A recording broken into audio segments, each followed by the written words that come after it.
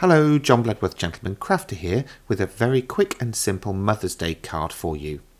It's made up of very simple layers together with some easy to assemble floral embellishments. So let's take a look at how to do this.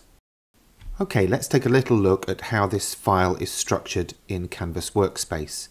So you are going to need Canvas Workspace for PC, which is the copy that you download and install on your Windows or Mac computer. It looks slightly different to the online version, as you can see, but we need it because we're using layers.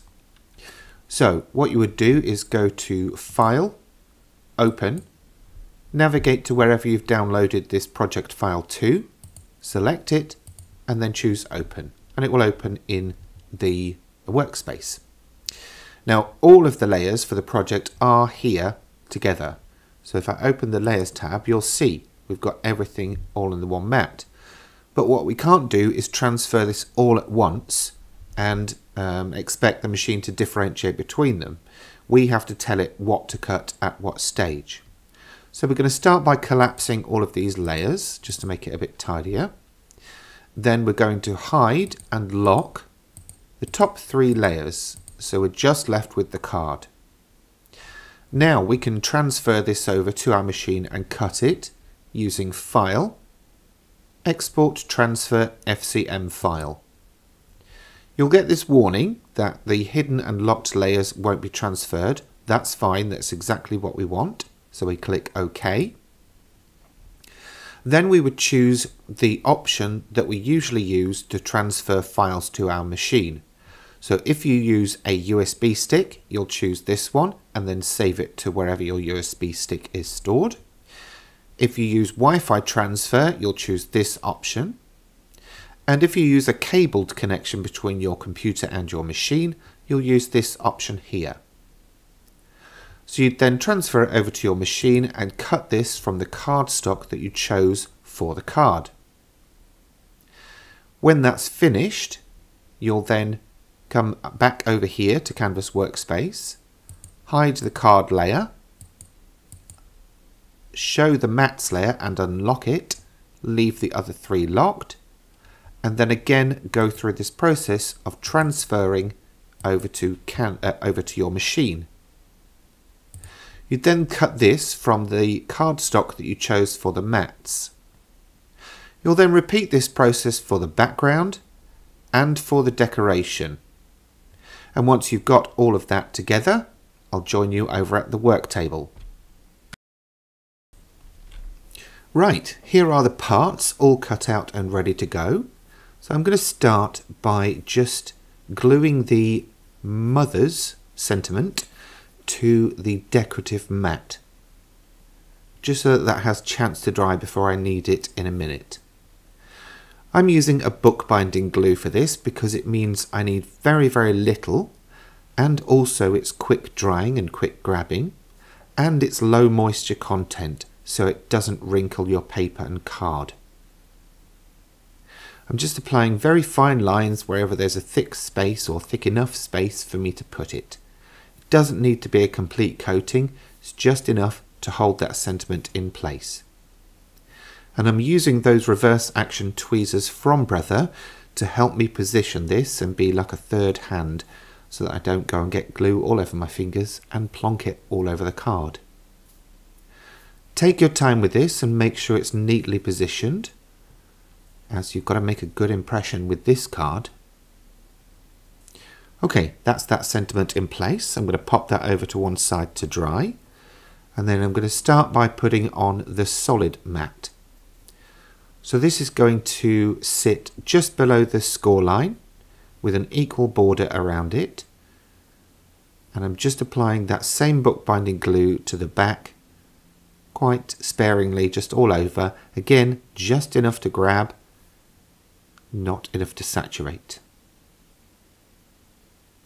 In fact, when it comes to card making, less is definitely the way to go with glue, because that helps us A, economize, and B, not wrinkle our paper and card and get that professional look. So that's the solid mat in place. Next up, I'm going to stick down what we've called in this project the background. So this is a nice decorative paper that's going to be seen across the whole surface of the card. So you want it to be something bold and bright and vibrant perhaps. I'm sure you've got plenty of card and paper in your stash that you could use for this. If it's anything like my craft room, probably a little bit too much.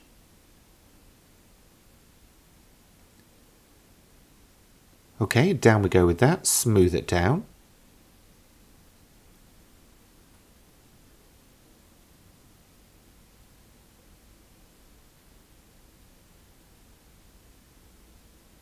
Next we're going to bring back in that decorative top section.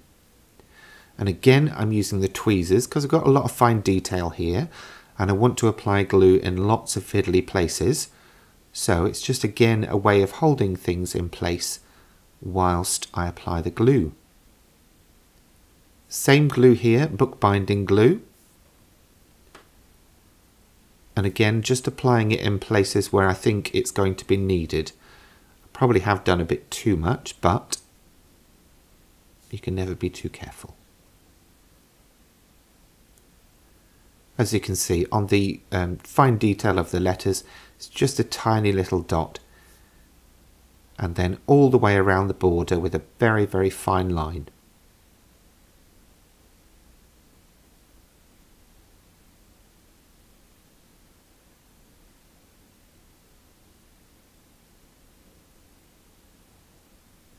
If you need to, just maneuver the card so that you've got access freely with both hands, and then again take your time placing this down and gently press it so that you don't necessarily push the glue out, you're just making it come into contact with the decorative background. So that's the core of the card done. Next up we need our decorations. So I'm just using a bit of foam here and a hand embossing tool to shape the petals. So I'm going to rub them over on the reverse of that paper, just around the edges of each petal. If you're posting, you could always leave them flat. I, however, prefer to have the shaped flowers as they give a bit more interest and dimension to the project.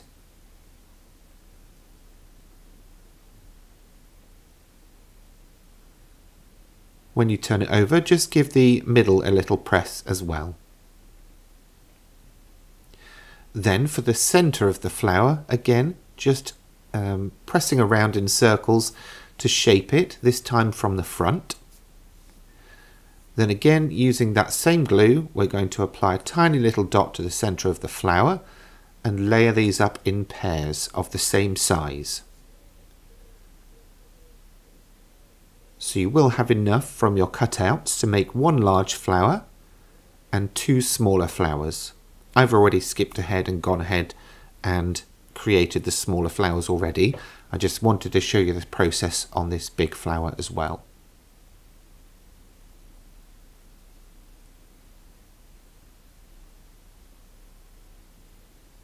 If you have them and if you want to, you can also add some decorative gems in there or flat back gems.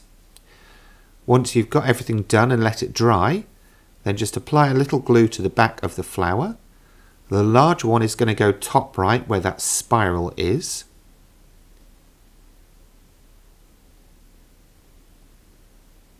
And you can see how those tweezers are perfect for giving me a third hand. And then we've got one small one that will go next to the large flower. And then our final small flower will go just below the O in the word mothers.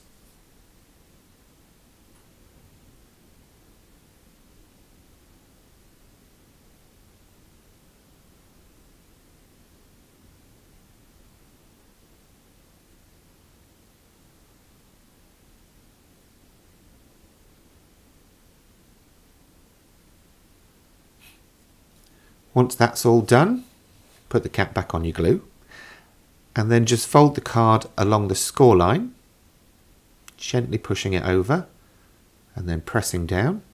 And here's an example using those decorative gems in the centre of the flowers.